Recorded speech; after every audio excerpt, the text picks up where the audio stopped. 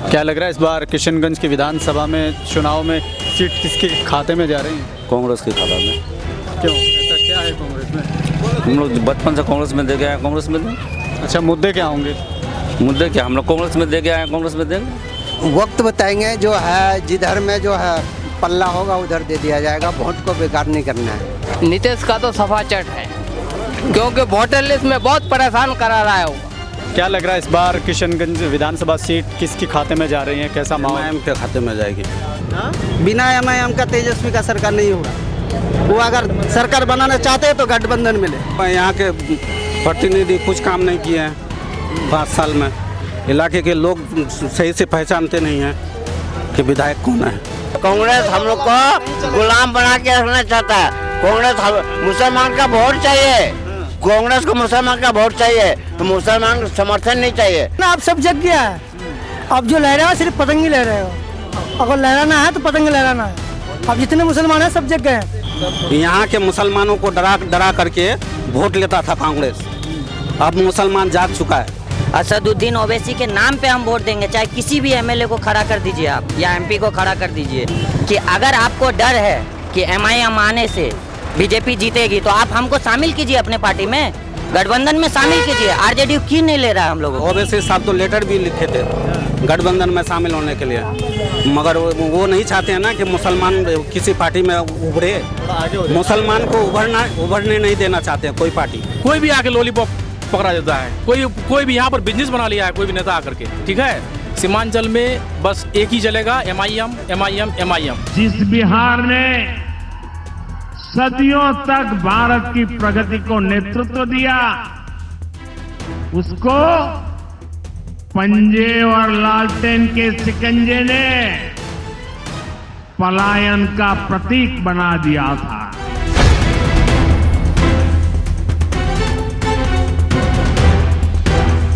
प्रधानमंत्री और नीतीश कुमार की जोड़ी सिर्फ कुर्सी के लिए, ये बिहार के अच्छाई के लिए नहीं किए। वो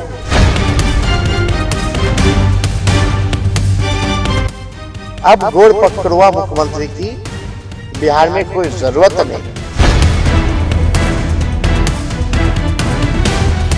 मैं हिंदुस्तान की जनता को और बिहार की जनता को कह रहा हूं, और जैसे महाराष्ट्र का चुनाव चोरी किया गया था, वैसे ही बिहार का चुनाव चोरी करने की कोशिश की जा रही है।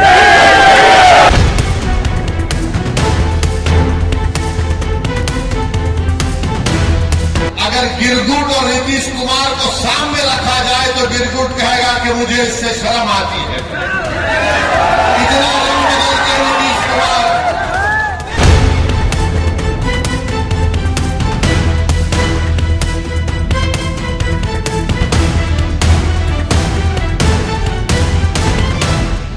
आप देख रहे हैं मुस्लिम सियासत, मैं जर्नलिस्ट मजहर। बिहार विधानसभा चुनाव हर पल जो करवट ले रहा है, उस करवट से एक नई चुनौती पैदा हो रही है। अब जो सत्ता पक्ष है उसकी तरफ से कुछ बयानात आ रहे हैं, जो विपक्ष है उसकी तरफ से कुछ बयानात आ रहे हैं, और इसमें एक बहुत ही इम्पॉर्टेंट बात यह है कि थर्ड फ्रंट के रूप में जिस पार्टी को तस्लीम किया जा रहा था, अब वो मुसलमानों का सबसे पहला प्रायोरिटी या फिर तरजीहात, या मान लीजिए कि जो मौका जिसे जनता देना चाह रही है वो उभर करके आ रही है। ख़ास तौर से जो मुस्लिम मतदाता हैं उनमें एक झिझक है, क्योंकि खुल के बात नहीं करना चाह रहे हैं, मगर कहीं ना कहीं जो जितने भी जुमले उनकी ज़बान से हम तक पहुंच रहे हैं, उनको अगर निचोड़ा जाए तो तकरीबन वो सारे जुमले एक ही नाम की तरफ इशारा करते हैं, असदुद्दीन ओवैसी की तरफ। तो खैर, हमारे जो संवाददाता हैं बिहार के, अबू दर्दा अकरम, वो लगातार ग्राउंड से इस बात की कोशिश में लगे हैं कि जनता के मुद्दे, उनके ख्यालात, उनकी बातें और उनके दिल का हाल आपके कानों के हवाले किया जाए। तो सबसे पहले चलते हैं बिहार की तरफ और सुनते हैं कि जनता का क्या कहना है। क्या नाम हुआ? अलाउद्दीन। क्या लग रहा है इस बार किशनगंज की विधानसभा में चुनाव में सीट किसके खाते में जा रही है? कांग्रेस के खाता में। क्यों, ऐसा क्या है कांग्रेस में? हम लोग बचपन से कांग्रेस में दे के आए, कांग्रेस में दें। अच्छा, मुद्दे क्या होंगे? मुद्दे क्या, हम लोग कांग्रेस में दे के आए, कांग्रेस में देंगे। मुद्दों पे बात नहीं करेंगे ना, हम लोग कांग्रेस में दे के आए, कांग्रेस में देंगे। मतलब मुद्दा नहीं है कोई किशनगंज की ना, सिर्फ इसलिए कि कांग्रेस पुरानी है और जुड़े हुए हैं तो बस उसी में देंगे। ठीक है, क्या नाम हुआ आपका? मोहम्मद जमाल। मोहम्मद जमाल। तो क्या लग रहा है इस बार विधानसभा सीट किसके खाते में जा रही है? ये वक्त बताएंगे, जो है जिधर में जो है पल्ला होगा उधर दे दिया जाएगा। वोट को बेकार नहीं करना है, माहौल देख करके दिया जाएगा।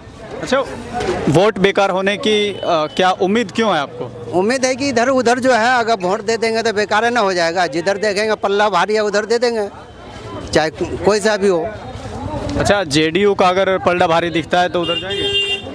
हाँ, जिधर भी पल्ला भारी होगा उधर देंगे, माहौल देख करके।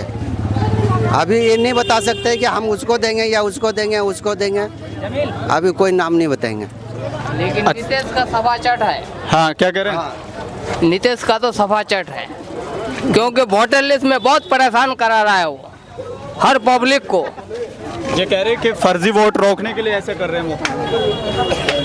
क्या पता, इतना दिन देखा ही नहीं रोका। अभी लास्ट टाइम में आकर के इतना परेशानी कर रहा है, लोग रोजी रोटी के लिए परेशान है और वोटर लिस्ट के लिए परेशान है। वहाँ पैसा लगाओ, वहाँ पैसा लगाओ। तो क्या इस बार बदलने वाली है सरकार या फिर? एकदम बिल्कुल बदलेगा। कोई काम तो अच्छा किया होगा नीतीश बाबू ने? काम तो किया था, काम करने से क्या है, लेकिन परेशानी में बार बार तो परेशानी में डाल रहा है ना। अब लास्ट टाइम में आके परेशान कर दिया। हाँ, चलिए, लेकिन क्या लगता है इस बार ये सीट किसके खाते में जाने वाली है? ये तो पार्टी और है, जिसके पास ज़्यादा वोट होगा वो जी निकलेगा। बेहतर पार्टी आपके हिसाब से कौन है इधर? शुरू से तो कांग्रेस चला के आया था, लेकिन कांग्रेस ही है अभी। मजबूत है कांग्रेस यहाँ? दिखाई तो दे रहा है अभी, आगे जाकर के क्या होगा तो कहना मुश्किल है। ये कहना मुश्किल है। चलिए, क्या नाम हुआ आपका? नहीं, हम नहीं बोलेंगे। आपका क्या नाम हुआ? क्या नाम हुआ आपका? मेरा नाम मकतूब आलम हुआ। क्या लग रहा है इस बार किशनगंज विधानसभा सीट किसके खाते में जा रही है? कैसा माहौल? एमआईएम के खाते में जाएगी। कैसे एमआईएम के खाते में जा रही है? आपने तो बदल दिया एकदम माहौल। एकदम बदला हुआ ही है माहौल। कैसे बदला हुआ है? बदला हुआ है, यहाँ के प्रतिनिधि कुछ काम नहीं किए हैं 5 साल में। इलाके के लोग सही से पहचानते नहीं हैं कि विधायक कौन है। लेकिन ये कह रहे हैं कि यहाँ तो बहुत अच्छा विकास हुआ है, पुरानी पार्टी है तो कुछ नहीं, बिल्कुल गलत। साइड में आइए, इधर आइए। क्या विकास हुआ है? विकास दिखा दे। ये कह रहे हैं कि कांग्रेस के विधायक ने बहुत अच्छा विकास यहाँ पे किया है। पूरा दमलवाड़ी में पंचायत में दिखा दिए तो कौन सा विकास हुआ है? कहाँ विकास हुआ है? एक भी विकास नहीं हुआ है। तो क्या लग रहा है इस बार किसके पास जा रही है सीट? इस बार एमआईएम को सीट जा रही है। एमआईएम को सीट जी, लेकिन ये कह रहे हैं एमआईएम को दिया तो बीजेपी आ जाएगी। कौन कहता है? वो बी टीम सी टीम कहने वाला तो आप नहीं कह सकता है। क्यों? वो चला गया वो दिन। अब क्यों नहीं कह सकता? क्योंकि सब पार्टियां एक लड़ रही हैं, ओवैसी अकेले लड़ रहे हैं। वो कहने का बात है, वो कहने वाली बात है, लेकिन हकीकत में कुछ नहीं है। गठबंधन में तो शामिल होना चाह रहे थे, ओवैसी साहब तो लेटर भी लिखे थे गठबंधन में शामिल होने के लिए, मगर वो नहीं चाहते हैं ना कि मुसलमान किसी पार्टी में उभरे। मुसलमान को उभरने नहीं देना चाहते हैं कोई पार्टी। तेजस्वी का सरकार बिना एमआईएम का नहीं चलेगा। बिना एमआईएम का तेजस्वी का सरकार नहीं होगा। वो अगर सरकार बनाना चाहते हैं तो गठबंधन में ले, लेकिन वो तो कह रहे हैं कि हम नहीं लेंगे क्योंकि हमारा वोट तो खुद है। तो उसको भुगतना पड़ेगा। क्या तो फिर बीजेपी आ जाएगी? बीजेपी आएगी नहीं आएगी, क्योंकि दिखाना पड़ेगा उस टाइम।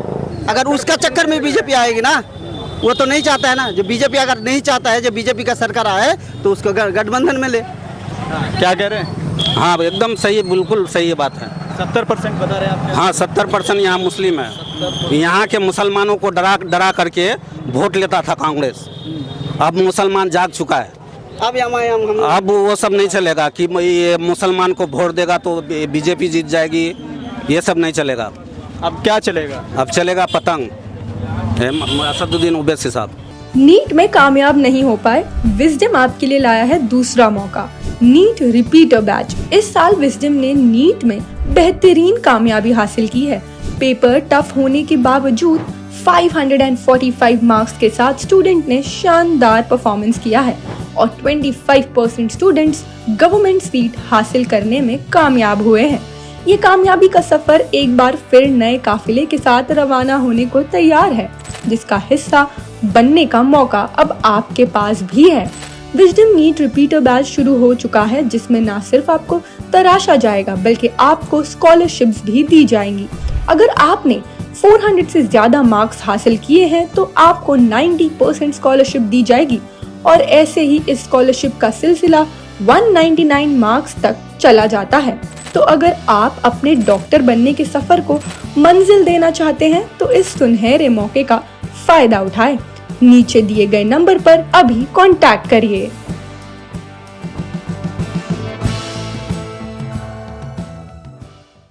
क्या चलेगा बाबा? 25 क्या चलेगा? 25 सीट आएगी। छोड़ दीजिए। क्या चलेगा? हाँ यहाँ हाँ कांग्रेस छोड़ के हाँ हाँ जो भी पार्टी हो वो ठीक है।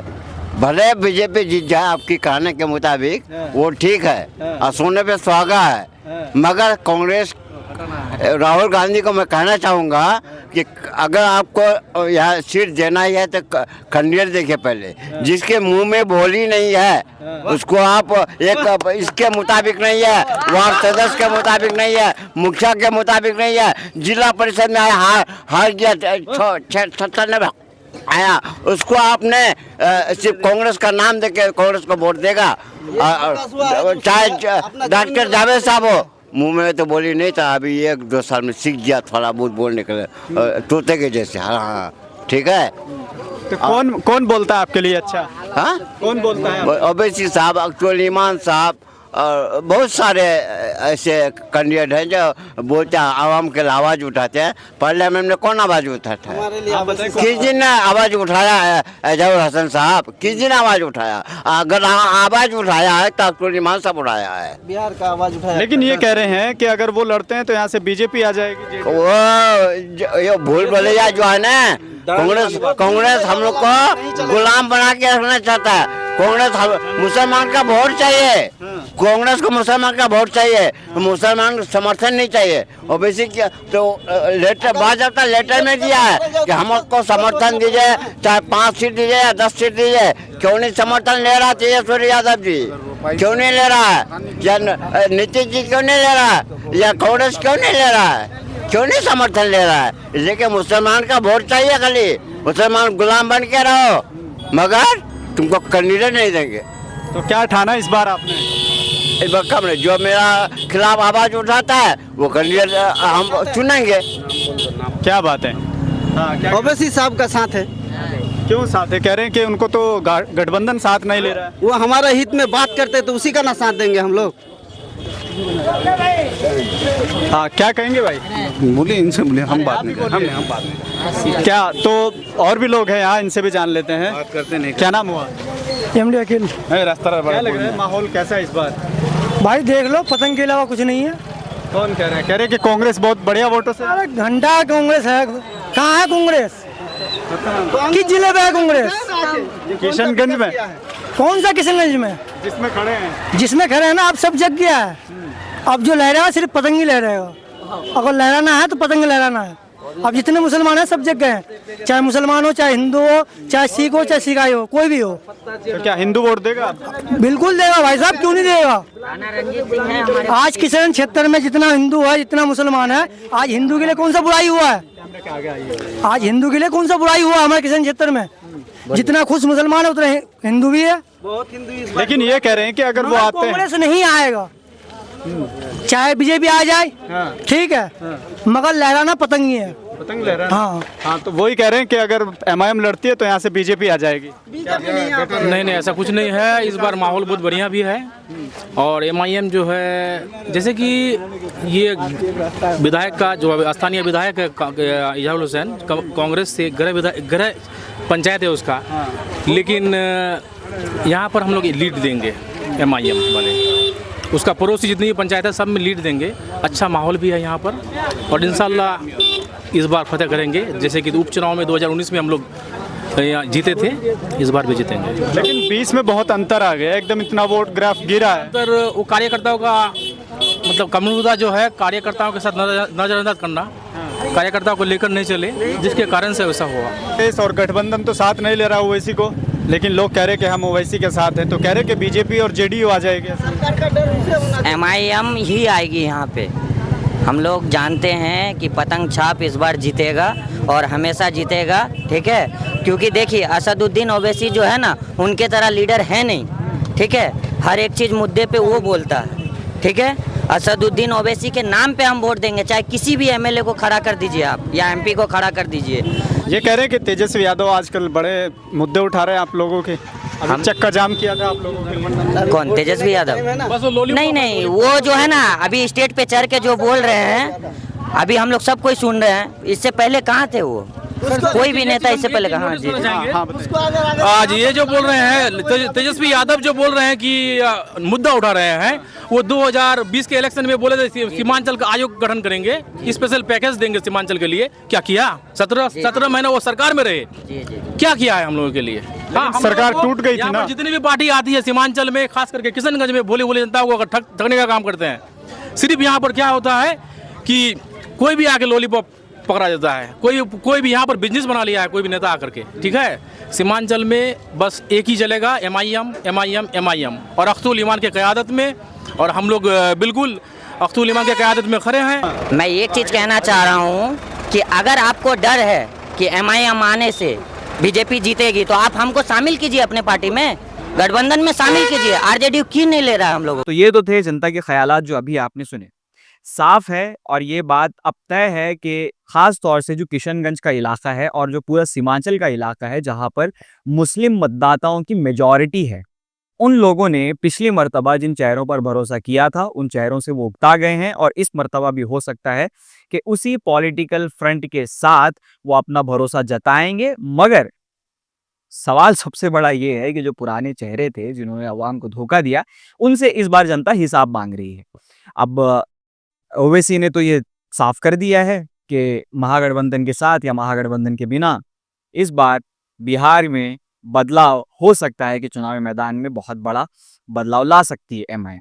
अब इन तमाम चीज़ों के अलावा आरजेडी और साथ में जो नीतीश कुमार और बीजेपी का जो गठबंधन है, वो क्या गुल खिलाता है, क्योंकि एक तरफ तो अपने सत्ता को बरकरार रखने की लड़ाई है और दूसरी तरफ जनता की लड़ाई है जो इस बार बदलाव चाह रही है। और सबसे बतौर ख़ास बात यह है कि मुस्लिम मतदाताओं तक जो चीज़ें पहुंचाने की कोशिशें की जा रही हैं सोकल सेक्युलर पार्टीज़ की तरफ से, मुस्लिम मतदाताओं का तो कहना साफ है, इस बार वोट उसी को जो हमारी वकालत करता है, जो हमारा नाम लेने से बड़े बड़े स्टेजों से अपनी ज़बान पे झिझक जिसके नहीं नज़र आती।